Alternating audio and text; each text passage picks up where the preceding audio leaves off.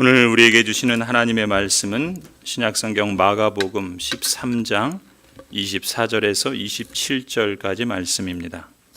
그러나 그 환란이 지난 뒤에 그날에는 해가 어두워지고 달이 빛을 내지 않고 별들이 하늘에서 떨어지고 하늘의 세력들이 흔들릴 것이다.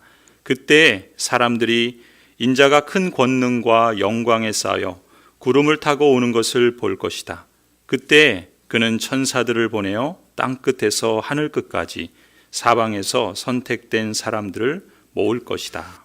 아멘. 그리스도의 은혜와 평강이 여러분과 함께 해주시기를 기원합니다. 마가복음 13장 전체 구조를 우리가 살펴보면은 5절부터 27절은 예루살렘 성전 파괴와 세상 끝날의 징조에 대한 말씀을 해주셨다는 것을 보았습니다. 그리고 28절에서 37절까지는 이러한 일이 언제 일어나는가에 대한 대답을 예수님께서 해주시지요. 지난주에는 성전 파괴의 징조에 대해서 우리가 살펴보았고, 오늘은 세상 끝날에 어떤 일이 있을 것인가, 이에 대한 말씀을 함께 주목해 보려고 합니다. 먼저 24절에서 27절, 오늘 우리가 읽은 본문 말씀은 세상 끝날에 있을 일에 대해서 말씀하고 있습니다. 여러분, 세상 끝날에 어떤 일이 벌어질까요? 오늘 우리가 니케아 신경에서 고백한 것처럼 예수 그리스도께서 살아있는 사람들과 죽은 사람들을 심판하러 영광 가운데 다시 오실 것입니다. 세상 끝날에 심판과 구원이 있으리라는 것을 신자라면 누구나 알고 있지요. 그리고 믿습니다. 그렇지 않습니까? 주님께서 다시 오시는 날에는 심판받을 사람이 있고 구원받을 사람이 있습니다. 예수님도 오늘 본문에서 이 점을 선명하게 예고하고 계십니다. 가령 24절, 25절 말씀은 심판에 대한 예고입니다. 그러나 그 환란이 지난 뒤에 그날에는 해가 어두워지고 달이 빛을 내지 않고 별들이 하늘에서 떨어지고 하늘의 세력들이 흔들릴 것이다. 그리고 이어지는 26절, 27절은 구원의 예고입니다. 그때 사람들이 인자가 큰 권능과 영광에 쌓여 구름을 타고 오는 것을 볼 것이다. 그때 그는 천사들을 보내어 땅 끝에서 하늘 끝까지 사방에서 선택된 사람들을 모을 것이다. 먼저 이 말씀에서 세상 끝날에 있을 그 심판 예고, 심판에 대한 말씀을 한번 보십시다. 24절, 25절이에요. 여러분 24절, 25절 한번 여러분의 성경으로 한번 보시기 바랍니다. 그러면은 그 24절을 제가 읽겠습니다. 그러나 그 환란이 지난 뒤에 그날에는 해가 어두워지고 달이 빛을 내지 않고 별들이 하늘에서 떨어지고 하늘의 세력들이 흔들릴 것이다 라고 말씀하죠. 여러분이 가지고 계신 세번역 성경 24절을 보면은 그날에는 이라고 하는 그 표현 앞에, 그 단어 앞에 작은 숫자로 5라고 하는 숫자가 있죠? 찾으셨나요? 예, 그 아래 숫자, 그 여러분 성경의 맨 아래쪽에 보면은 그 숫자 5에 4, 13, 10, 34, 4 이렇게 써져 있는 거 여러분 찾으셨나요? 그것은 이 24절 말씀을 보실 때 지금 이사야서 13장과 34장을 보라라고 설명을 붙여놓은 거예요. 그러니까 예수님께서 하신 이 심판 예고의 말씀은 이미 구약 성경 이사야서에서 나온다라고 하는 표시인 겁니다. 그래서 먼저 이사야 13장을 한번 보십시다. 이사야 13장은 어떤 내용이냐면 1절에 이렇게 말씀하세요. 다음은 아모스의 아들 이사야 선지자가 바벨론을 두고 받은 엄한 경고의 예언이다. 13장은 하나님께서 이사야 선지자에게 주신 말씀인데 바벨론이라고 하는 제국에 대해서 하나님께서 주신 경고의 예언이다라는 말씀이에요. 그럼 그 내용이 무엇이었는가? 5절, 6절을 보시면 이렇게 기록하죠. 주님의 군대가 먼 나라에서 온다. 하늘 끝 저 너머에서 온다. 그들이 주님과 함께 그 진노의 무기로 온 땅을 멸하러 온다. 슬피 울어라. 주님께서 오실 날이 가깝다. 전능하신 분께서 오시는 날, 파멸의 날이 곧 이른다. 주님께서 오시는 날이 곧 온다는 거예요. 그날이 오면은 그날은 곧 파멸의 날이라는 겁니다. 진노의 무기로 온 땅을 멸하러 오신다는 거예요. 그러니 슬피 울라라고 그날이 가깝다라고 그렇게 선포하고 예언하고 있습니다. 그리고 9절부터 11절도 계속해서 이렇게 말합니다. 주님의 날이 온다. 무자비한 날, 진노와 맹렬한 분노의 날, 땅을 황폐하게 하고 그 땅에서 죄인들을 멸절시키는 주님의 날이 온다. 무섭죠. 그러면서 10절에 뭐라고 나와요? 하늘의 별들과 그 성자들이 빛을 내지 못하며 해가 떠도 어둡고 달 또한 그 빛을 비치지 못할 것이다. 오늘 예수님께서 24절, 25절에서 하신 말씀이 바로 이 말씀을 지금 인용하시는 거예요. 무슨 얘기입니까? 무자비한 날, 진노의 날, 분노의 날, 땅을 황폐하게 하고 죄인들을 멸절시키는 그러한 날이 오면 이렇게 심판의 날이 마치 해와 달이 그 빛을 잃어버리고 하늘의 별들이 떨어지는 것과 같은 그런 무시무시한 날이 될 것이다 라고 말씀하시는 거예요. 그러면서 11절에 뭐라 그럽니까? 그날에 내가 세상의 악과 흉악한 자들의 악행을 벌하겠다. 교만한 자들의 오만을 꺾어놓고 포악한 자들의 거만을 낮추어 놓겠다. 이사야 13장은 주전 800년 정도 전에 하나님을 멀리하고 교만과 포악에 빠졌던 바벨론 제국을 하나님께서 심판하시겠다라고 하신 예언의 말씀이었습니다. 그리고 실제로 바벨론 제국은 그 말씀대로 멸망을 당합니다. 그런데 그 이사야서의 그 말씀을 오늘 예수님께서 인용하시는 거예요. 그리고 그 말씀을 인용하시면서 그 무시무시한 진노의 심판이 세상 끝날에도 있을 것이다 라고 경고해 주시는 것입니다. 그리고 아까 각주 5에 이사야 13장만이 아니라 이사야 34장도 있죠. 여러분 이사야 34장을 한번 보시겠습니다. 이사야 34장은 이제 사실은 이 34장은 아수르에 대한 그 멸망의 말씀인데 사실은 아수르만이 아니라 이스라엘 주변에 있었던 여러 민족들, 이방 민족들에 대한 심판의 말씀이에요. 하나님의 이름을 모독하고 하나님의 언약 백성들을 공격하는 모든 민족에 대한 심판을 예고하시는 말씀이 이사야 34장이에요. 한번 보세요. 2절부터 4절인데 주님께서 모든 민족에게 진노하시고 그들의 모든 군대에게 분노하셔서 그들을 진멸시키려고 하신다. 그들이 살해당하도록 버려두시기로 작정하셨다. 죽은 자들이 내동댕이 쳐져서 그 시체에서는 악취가 솟아오르며 홍수처럼 흐르는 비에 산들이 무너져 내릴 것이다.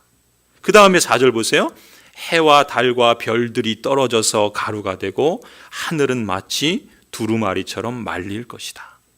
포도나무의 잎이 말라 떨어지듯이 무화과 나무의 잎이 말라 떨어지듯이 하늘에 있는 별들이 떨어질 것이다. 예수님께서 이 말씀을 인용하시는 것이죠. 여러분 지금 예수님이 인용하신 이사야서 말씀이나 예수님께서 예고하시는 오늘 본문의 말씀이 공통적으로 선포하는 메시지는 하나입니다. 그게 뭐겠어요? 주님이 다시 오신다. 주님이 다시 오시는 그날 하나님이 심판하신다 라고 하는 메시지입니다. 앞서 예루살렘 성전을 파괴될 것을 예언하셨죠. 그리고 주후 70년 실제로 그 예루살렘 성전은 파괴되었습니다. 불과 40년도 채 안 돼서 그대로 성취된 것을 우리는 이미 역사를 통해서 알고 있습니다. 그렇다면 지금 그 말씀 이어서 하시는 이 세상 끝날의 이 심판의 예고는 이 예수님의 이 말씀은 그대로 성취될 것이다 라고 하는 것을 마가는 오늘 우리에게 강조하고 있는 것입니다. 그렇다면 성도 여러분, 예수 그리스도께서 예고하신 대로 주님께서 이 땅에 다시 오시고 그리고 하나님께서 심판하신다는 것이 확실하다면 신자로서 우리가 가져야 될 태도는 무엇이겠습니까? 야고보서 1장 27절입니다. 하나님 아버지께서 보시기에 깨끗하고 흠이 없는 경건은 고난을 겪고 있는 고아들과 과부들을 돌보아주며 자기를 지켜서 세속에 물들지 않게 하는 것입니다. 신자로서 우리가 가져야 될 첫 번째 태도는 이 세상에 물들지 않도록 자기를 지키는 것입니다. 그리고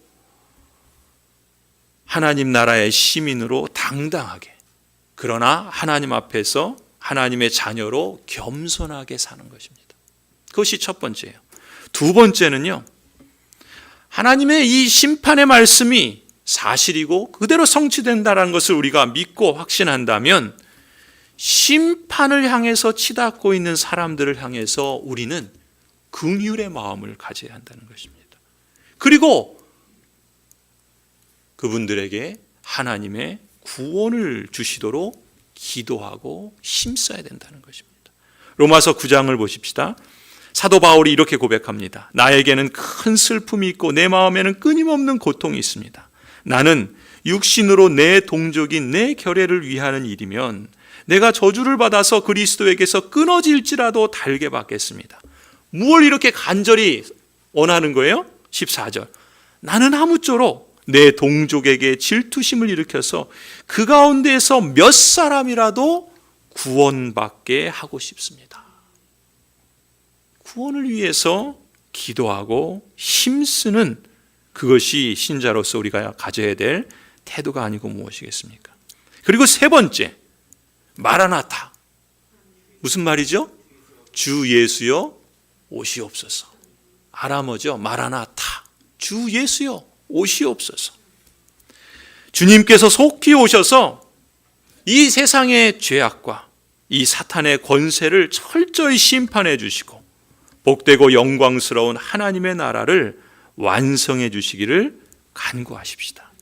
요한계시록 22장에 이렇게 말합니다. 성령과 신부가 오십시오 하고 말씀하십니다. 이 말을 듣는 사람도 또한 오십시오 하고 외치십시오.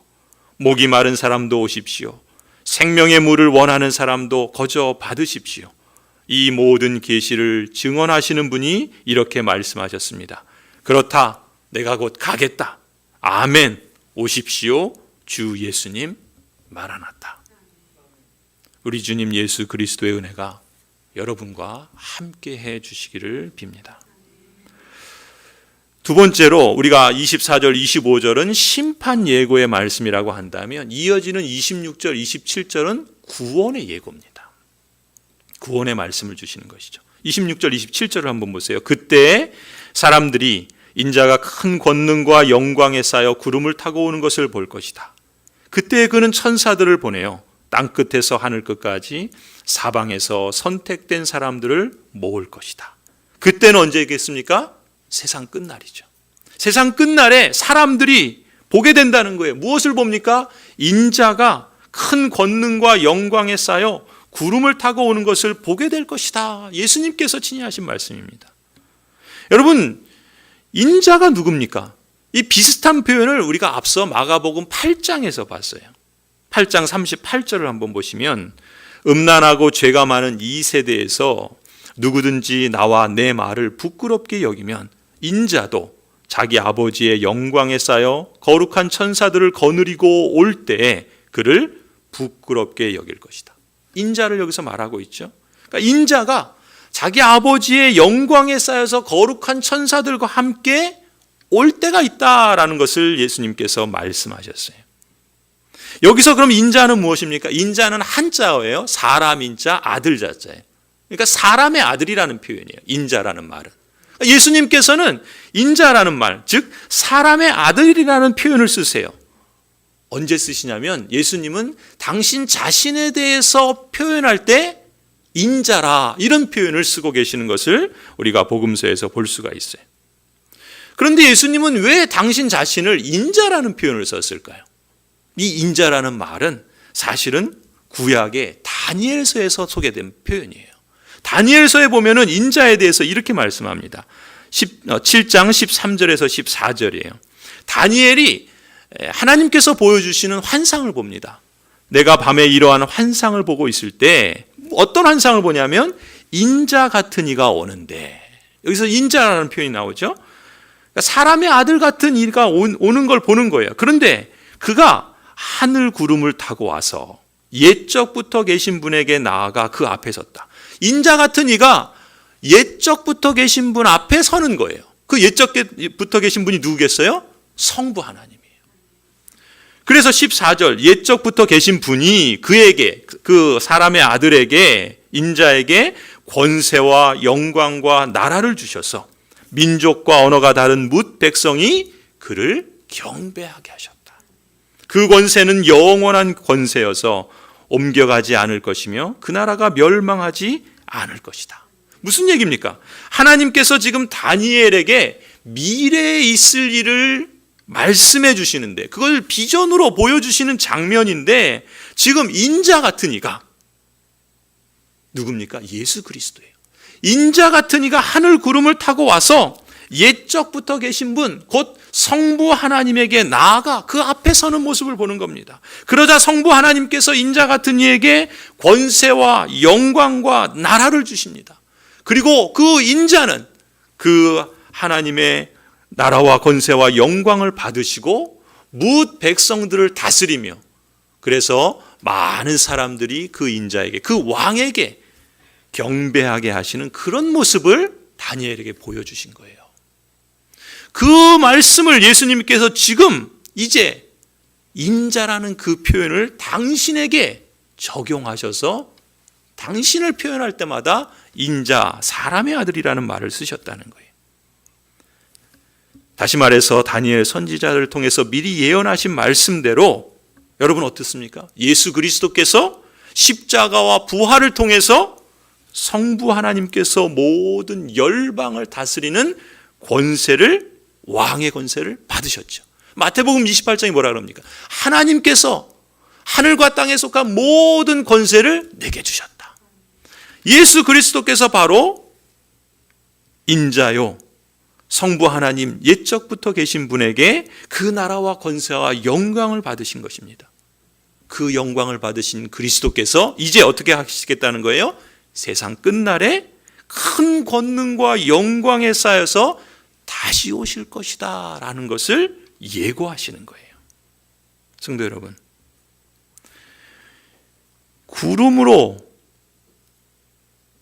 구름을 타고 오신다. 여러분, 구름을 타고 오신다는 표현이 무엇입니까? 우리가 구약 성경을 보면 구름은 언제 주요 사용됩니까? 하나님의 영광을 나타낼 때 구름을 표현합니다. 그러니까 그 이스라엘 광야에서 성막을 지었을 때 하나님의 임재의 영광이 임하죠. 그때 구름이 쌓이지 않습니까? 그런데 출애굽 이후에 하나님의 광야 생활할 때에는 구름으로 상징되는 하나님의 영광이 성막에 있었고, 또 솔로몬 성전에서는 그 돌로 지은 그 건축물인 성전에 있었습니다. 그런데 이제 예루살렘 성전이 파괴된 거예요. 더 이상 하나님의 영광은 돌로 지은 예루살렘 성전에 있지 않은 거예요. 그럼 어디에 있습니까? 인자이신 우리 주님 예수 그리스도 안에 하나님의 영광이 있는 거예요. 그걸 구름 타고 오신다라는 표현을 하신 거예요. 그러니 예수님이 바로 더 이상 예루살렘 성전이 참된 성전이 아니라 예수님이 바로 새로운 성전이요 참된 성전인 줄로 믿습니다. 그래서 27절을 다시 보시면 그때 그는 천사들을 보내요 땅 끝에서 하늘 끝까지 사방에서 선택된 사람들을 모을 것이다 말씀하세요. 예수 그리스도께서 오셔서 무엇을 하신다는 거예요? 예수 그리스도께서 재림하셔서 뭘 행하시겠다는 거예요? 바로 천사들을 보내고 땅 끝에서 하늘 끝까지 사방에서 하나님께서 선택하신 사람들을 불러 모으시겠다라는 거예요. 그런데 이 표현도요, 예수님께서 그냥 하신 게 아닙니다. 예수님께서는 구약 성경에 있는 말씀을 또 인용하시면서 당신께서 재림의 주로 오셔서 무엇을 하실지를 말씀하십니다. 신명기 30장이에요. 한번 보십시다. 3절부터 5절인데 그러면 주 당신들의 하나님이 마음을 돌이키시고 당신들을 불쌍히 여기셔서 포로 생활에서 돌아오게 하여 주실 것입니다. 그리고 주 당신들의 하나님이 당신들을 그 여러 민족 가운데서 흩으신 데서부터 다시 모으실 것입니다. 쫓겨난 당신들이 하늘 끝에 가 있을지라도 주 당신들의 하나님은 거기에서도 당신들을 모아서 데려오실 것입니다. 주 당신들의 하나님이 당신들의 조상이 차지했던 땅으로 돌아오게 하시어 당신들이 그 땅을 다시 차지하게 하실 것이며 당신들의 조상보다 더 잘되고 더 번성하게 해 주실 것입니다. 하나님께서 이미 신명기에서 말씀하신 그 말씀을 지금 예수님께서 다시 한번 말씀하시면서 땅 끝에서 하늘 끝까지 하나님께서 선택하신 사람들을 불러 모으실 것이다 말씀하시지 않습니까? 하나님은 어떤 분이세요? 그 민족이 범죄하여 그 언약을 깨뜨리고 그래서 열방 가운데 흩어짐을 당했다 할지라도 하나님은 그 언약을 기억해서 긍휼을 베푸시고 자비를 베푸셔서 선택한 사람들을 불러 모으시겠다는 거예요. 그 백성들이 하늘 끝에 가 있을지라도 하나님께서는 기필코 하나님의 백성들을 불러 모으신다. 그래서 예수님도 지금 말씀하시는 거예요. 그 세상 끝날에 예수님께서 오시면 무엇을 하시는가? 땅 끝에서 하늘 끝까지. 무슨 얘기입니까? 선택된 사람들 가운데 단 한 사람이라도 잃어버리지 않고 모두 불러 모으시겠다는 거예요. 불러 모으시겠다는 겁니다. 그리스도의 강한 의지가 담겨 있는 표현이에요. 또 뭐라 그럽니까? 사방에서 선택된 사람들을 모을 것이다. 무슨 얘기입니까? 이 말은요, 주님께서 오실 때, 다시 오실 때는 그때 살아있는 신자들 뿐만 아니라 창세로부터 세상 끝날까지 성부께서 택하신 모든 사람들을 모두 모으시겠다는 그 뜻이 담겨 있는 표현입니다. 성도 여러분, 그러니까 혹시라도 여러분 중에 주님께서 오시는 그날에 혹시 거듭난 여러분을, 거듭난 나를 잊어버리시면 어쩌나 걱정을 붙들어 매십시오. 그런 일은 없어요. 예수님 뭐라 그러십니까? 땅 끝에서 하늘 끝까지. 그리고 사방에서 선택된 사람들을 모으실 것이다. 이렇게 말씀하시지 않습니까? 성도 여러분, 세상 끝날에 있을 심판, 곧 사단과 세상과 죄악에 대한 하나님의 심판은 반드시 옵니다. 그러나 그 심판은 거듭난 신자인 우리들에게는 두렵고 무서운 일이 아니라 구원이고 기쁨이고 소망인 줄로 믿습니다. 그래서 오늘 본문에서 예수님께서는 심판 예고에 이어서 바로 구원의 말씀을 기록하고 있는 거예요. 사실 우리가 앞서 보았던 그 무시무시한 진노의 날, 이사야 34장에 심판을 예고하시지 않았습니까?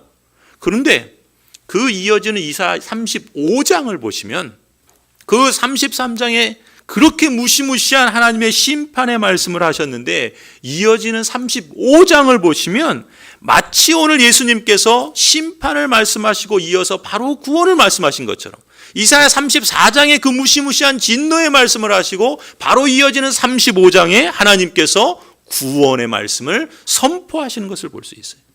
예수님은 이사야서의 그 기록 패턴을 그대로 짧게 말씀하시는 거예요. 여러분, 이사야 35장을 보시면 앞서 34장의 그 무섭고 두려운 심판의 날이 거듭난 신자에게는 구원의 날이라는 사실을 감사와 감격의 노래로 표현합니다. 이렇게 노래해요. 1절부터 보세요. 광야와 메마른 땅이 기뻐하며 사막이 백화파처럼 피어 즐거워할 것이다. 사막은 꽃이 무성하게 피어 크게 기뻐하며 즐겁게 소리칠 것이다. 레바논의 영광과 갈멜과 샤론의 영화가 사막에서 꽃피며 사람들이 주님의 영광을 보며 우리 하나님의 영화를 볼 것이다. 여러분, 우리는 사막을 경험한 일이 없어가지고 별로 느낌이 없어요. 그렇죠? 사막이 얼마나 황량하고 얼마나 무시무시한 땅인지. 그런데 한번 생각해 보세요. 우리가 쉽게 전쟁을 경험하신 분들은 전쟁 후에 폐허를 하시죠. 그 모든 것이 다 폐허로 된 그 땅에 도저히 소망이라고 찾아볼 수 없는 그 황량한 모든 것을 잃어버린 땅에 거기에 아름다운 꽃이 피고 멋진 집이 세워지고 또 영광스러운 그러한 재건의 모습들이 이루어진다고 생각해 보십시오. 아니, 우리가 상상하지 못하는 놀라운 그런 하나님께서 큰 일을 행하신다는 것입니다. 그래서 35장 4절을 보시면 두려워하는 사람을 격려하라. 34장에 그 무시무시한 진노의 심판으로 인해서 두려워하는 사람들을 격려하라는 거예요. 왜요? 굳세어라, 두려워하지 말아라. 너희의 하나님께서 복수하러 오신다. 하나님께서 세상과 또 악과 사단을 보복하러 오신다. 그것은 무엇입니까? 너희를 구원하러 오시는 것이다. 이렇게 말하여라. 9절 10절입니다. 거기에는 사자가 없고 사나운 짐승도 그리로 지나다지 않을 것이다. 그 길에는 그런 짐승들은 없을 것이다. 오직 구원받은 사람만이 그 길을 따라 고향으로 갈 것이다. 주님께 속량받은 사람들이 예루살렘으로 돌아갈 것이다. 그들이 기뻐 노래하며 시온에 이를 것이다. 기쁨이 그들에게 영원히 머물고 즐거움과 기쁨이 넘칠 것이니 슬픔과 탄식이 사라질 것이다. 성도 여러분, 그리스도께서 다시 오실 때 이러한 영광의 날, 기쁨의 날, 소망의 날이 우리에게 임할 것입니다. 아니면 어쩌면요, 우리 인생의 개인적인 종말을 맞이할 때가 올 겁니다. 여러분, 그날이 우리에게는 슬픔의 날이고 그리고 아픔의 날이 아니죠. 오히려 그날은 지금 이 말씀처럼 즐거움과 기쁨이, 슬픔과 탄식이 사라지는, 즐거움과 기쁨이 넘치고 슬픔과 탄식이 사라지는 그날을 우리가 맛보게 될 것입니다. 그것을 예수 그리스도의 재림의 때에 완전하게 성취해 주실 줄 믿습니다. 이처럼 영광스럽고 찬란한 기쁨의 날이 우리 앞에 기다리고 있음을 여러분 믿으시기 바랍니다. 그리고 이것을 믿고 여러분 확신하신다면 우리는 이 세상 끝날에 곧 주님께서 다시 오실 그 영광스러운 그날에 오기까지 우리가 어떤 마음과 어떤 자세로 맞이하고 기다려야 할지를 여러분 깊이 하나님의 말씀을 따라서 묵상하시기 바랍니다. 고린도전서 3장에서 이렇게 말씀합니다. 여러분은 하나님의 성전입니다. 하나님의 성령이 여러분 안에 거하신다는 것을 알지 못합니까? 누구든지 하나님의 성전을 파괴하면 하나님께서도 그 사람을 멸하실 것입니다. 하나님의 성전은 거룩합니다. 여러분이 바로 하나님의 성전입니다. 에베소서 2장에서도 말씀합니다. 그리스도 안에 건물 전체가 서로 연결되어서 주님 안에서 자라서 성전이 됩니다. 그리스도 안에서 여러분도 함께 세워져서 하나님이 성령으로 거하실 처소가 됩니다. 무슨 말입니까? 예수 그리스도께서 새로운 성전이 되시고 참된 성전이 되신 것처럼 이제 거듭난 성도로서 여러분이 바로 하나님의 성전이 되었다는 것이죠. 그러니까 하나님의 성전된 성도로서 여러분 전체가 서로 연결되고 주님 안에서 자라가기를 힘써야 할 것을 권면하시는 것이죠. 무엇보다 주님이 오실 그날까지 사실 여러분 세상은 결코 우리에게 호락하지 않을 것입니다. 그래서 우리에게 중요한 것이 있습니다. 그날이 올 때까지 우리가 그리스도의 말씀을 믿고 신뢰하고 끝까지 인내하고 버티는 능력이 우리에게 중요합니다. 그래서 누가복음 8장 15절에서 예수 그리스도께서 주신 말씀이 있죠. 씨 뿌리는 비유를 하시면서 이렇게 말씀하십니다. 누가복음 8장 15절에 그리고 좋은 땅에 떨어진 것들은 바르고 착한 마음으로 말씀을 듣고서 그것을 굳게 간직하여 견디는 가운데 열매를 맺는 사람들이다. 여러분, 우리가 그리스도의 재림의 그날까지 우리에게 중요한 것이 무엇입니까?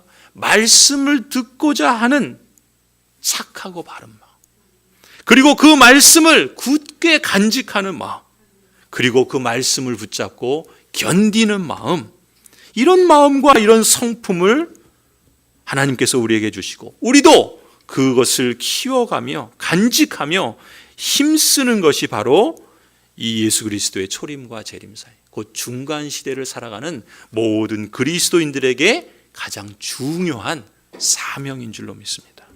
성도 여러분, 예수님께서 말씀하신 씨 뿌리는 자의 비유를 여러분 되새겨 보시기 바랍니다. 길가가 있죠. 길가처럼 세상의 많은 사람들은 세상의 마음을 빼앗겨서 하나님의 말씀을 대수롭지 않게 여기고 믿지 않기 때문에 구원을 받지 못하는 사람들이 대다수일 겁니다. 가시밭이 있죠. 하나님의 말씀을 듣기는 하는데 그걸 굳게 간직하지 않습니다. 그래서 세상 살아가는 동안에 재물이나 인생의 향락이나 이로 인한 근심에 사로잡혀서 결국 구원을 받지 못하는 사람들도 적지 않을 것입니다. 돌짝밭이 있죠. 말씀을 기쁘게 받았어요. 그래서 은혜 받을 때도 있습니다. 하지만 지속성이 부족해요. 말씀을 굳게 간직하지 못합니다. 그래서 시련의 때가 오면 오래 견디지 못하고 결국 떨어져 나가는 사람들도 있습니다. 이런 사람들은 복음으로 초대를 받고 심지어 믿는 것 같아 보일지라도 실상은 구원 없는 믿음이 없기 때문에 구원의 완성에 이르지 못하는 사람들입니다. 반면에 언약 백성으로 부름받아서 하나님 나라의 생명과 구원을 완성하여 30배, 60배, 100배의 열매를 맺는 사람은 누가복음 8장 15절 말씀대로 성령 하나님을 의존하여 순종하며 사는 사람이죠. 저는 누가복음 8장 15절 말씀을 8.15 말씀이라고 그래요. 8.15가 뭡니까? 우리 민족 해방의 날이잖아요. 죄와 사망의 권세로부터 우리를 해방하시고 우리를 진정한 자유로 이끄시는 그런 말씀이다. 그래서 8.15 말씀이라고 부릅니다. 어떻게 해요? 말씀에 대한 지속적인 사랑, 그리고 그 말씀을 굳게 간직하는 끈기, 그리고 오래 참고 견디는 인내, 이러한 인격적 성품을 우리는 키워가고 또 그것을 말씀과 성령을 의존해서 끝까지 그리스도 안에서 머무르고 순종하는 사람이 되고자 힘써야 할 줄로 믿습니다. 무엇보다도 우리 안에서 행하시는 분은 하나님이신 줄을 믿습니다. 성령 하나님께서 결코 우리만 하도록 내버려 두시지 않으시고 하나님의 열심과 하나님의 능력 가운데 우리를 붙드시고 우리와 함께 가시고 우리를 뒤에서 밀어주시면서 동행해 주시는 줄을 믿습니다. 그러므로 성도 여러분, 여러분은 하나님의 택하심을 입은 사랑받는 거룩한 사람답게 동정심과 친절함과 겸손함과 온유함과 오래 참음을 옷 입듯이 입으십시다. 누가 누구에게 불평할 일이 있더라도 서로 용납하여 주고 서로 용서하여 주십시다. 주님께서 여러분을 용서하신 것과 같이 여러분도 서로 용서하십시다. 그리고 이 모든 것 위에 사랑을 더하십시다. 사랑은 완전하게 묶는 띠입니다. 그리스도의 평화가 여러분의 마음을 지배하게 하십시오. 이 평화를 누리도록 여러분은 부르심을 받아 한 몸이 되었습니다. 또 여러분은 감사하는 사람이 되십시오. 그리스도의 말씀이 여러분 가운데 풍성히 살아있게 하십시오. 온갖 지혜로 서로 가르치고 또 서로 권고하십시다. 감사한 마음으로 시와 찬미와 신령한 노래로 여러분의 하나님께 마음을 다하여 찬송하고 예배하십시다. 그리고 말이든 행동이든 무엇을 하든지 모든 것을 주 예수 그리스도의 이름으로 하고 그분에게서 힘을 얻어서 하나님 아버지께 감사를 드리십시다. 성도 여러분, 머지않아 주 예수 그리스도께서 다시 오십니다. 평강의 주님께서 그날까지 친히 때마다 일마다 여러분에게 평강 주시기를 기원합니다. 주님 오시는 그날까지 여러분 모두와 함께 해 주시기를 간절히 축원합니다. 기도하시겠습니다.